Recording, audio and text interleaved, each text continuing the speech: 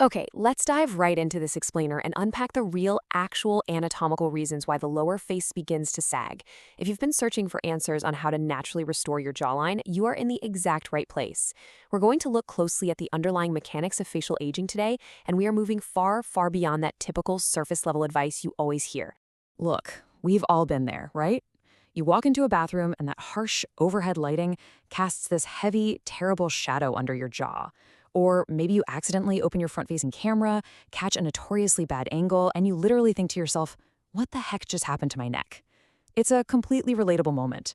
And the immediate panicked assumption for most of us is that we've suddenly gained weight. But as we're going to see, this drooping or falling of the lower face frequently has absolutely nothing to do with weight gain. It's actually something else entirely. So, what do we usually do? We panic and we run out to buy these incredibly expensive serums, fancy creams, or products just absolutely packed with hyaluronic acid.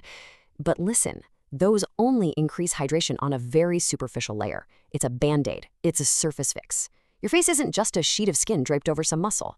There's a deep, deep layer of connective tissue called fascia underneath. And even deeper than that, the actual bone structure of our face, which reshapes and changes as we get older. To actually fix sagging, we have to target those deeper root causes.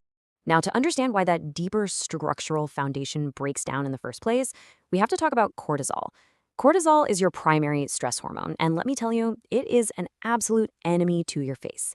Whenever we experience mental stress or when we hold on to lower negative emotions, things like anger, hostility, grief, fear, or depression, our bodies just pump out cortisol. This accumulation of stress literally, physically wears down your facial structures over time. And the antidote? It isn't just sitting still on a meditation cushion and pretending you aren't stressed out. Because the stress triggering this is mental, you have to combat it with physical motion. Walking and regular exercise are absolutely required to physically burn off that excess cortisol building up in your body during a tough day. Now, you might be wondering, out of all the places in the body, why does stress hit the face so incredibly hard? Well, your face tends to age first because it is a highly sensory organ.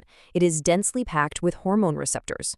Think about it. When you look at someone, you immediately read their emotions on their face, way more than anywhere else on their body. Because of this massive concentration of receptors, those negative emotions and that resulting cortisol take a direct physical toll right there. In fact, prolonged exposure to this can lead to something called cortisol face, which is a very specific accumulation of fat in the face caused entirely by that hormonal overload. And that brings us to the prime suspect for the dreaded turkey neck. It's a really fascinating muscle called the platysma. Basically, this muscle anchors down at your collarbone and stretches all the way up your neck to your jawline. When the platysma gets loose and loses its tone, it drops. It hangs down like a loose hammock, creating that exact sagging turkey neck look we're desperately trying to avoid. But here is the most important biological feature of the platysma. It is made almost entirely of fast-twitch muscle fibers. So this is absolutely crucial. Because it's built from fast-twitch fibers, you cannot treat the platysma like your hamstrings or your calves. It is designed for lightning-speed explosive movements. Think about the actions this muscle actually controls. Smiling quickly, gasping in shock, talking. These are rapid-fire, split-second movements. So if you're doing those typical, slow, sustained neck stretches to try and tighten this area, you are completely taking the wrong approach. Slow holds simply do not activate fast-twitch fibers. If you want to tighten this muscle, you have to train it the exact way it was biologically designed to move. But, the platysma isn't the only thing failing our facial structure. There's also a highly surprising dietary culprit at play here. Way back in the day, humans actually had to use their jaw muscles heavily. We ate tough, grass-fed, grass-finished meats that required serious, prolonged chewing. And that immense physical resistance naturally built up a strong, highly defined facial structure. Today, our modern diets are packed with incredibly tender meats and completely soft, highly processed foods. We basically don't use our jaw muscles for heavy lifting anymore. And that lack of use leads directly to weakened ligaments, soft tendons, and ultimately shifting bone structures. So the big question, how do we actually reverse all of this? Well, by mimicking that lost resistance and specifically targeting those fast-twitch fibers. Now, I do have to give you a very quick warning before we get into these exact exercises. To quote the source material directly here, it's a little cringy, but it's super effective. You are probably not going to want to do these exercises sitting in a crowded coffee shop or on your morning train commute. You're going to make some funny faces. But if you seriously want to restructure what is underneath the skin, this is exactly how you do it. All right, here's the very first exercise, and it is specifically designed for that fast-twitch platysma muscle. Remember, no slow stretching. You want to rapidly explode the muscle right underneath your chin. You're creating a sharp, quick downward impulse. Then you take a very brief rest before the next lightning-fast impulse. It's like boom, rest, boom, rest.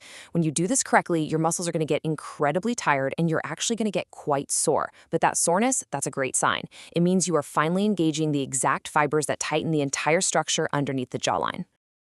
So let's turn this into an actual structured routine you can follow. You're going to aim for 10 to 15 of those rapid impulses per set, and you'll do 3 sets of this per session. To see real, tangible restructuring of your lower face, you need to perform this sequence several times a week. It's just like going to the gym. Consistency is what will ultimately tighten those underlying structures and the whole area around the jaw itself. Okay, moving on to the next one.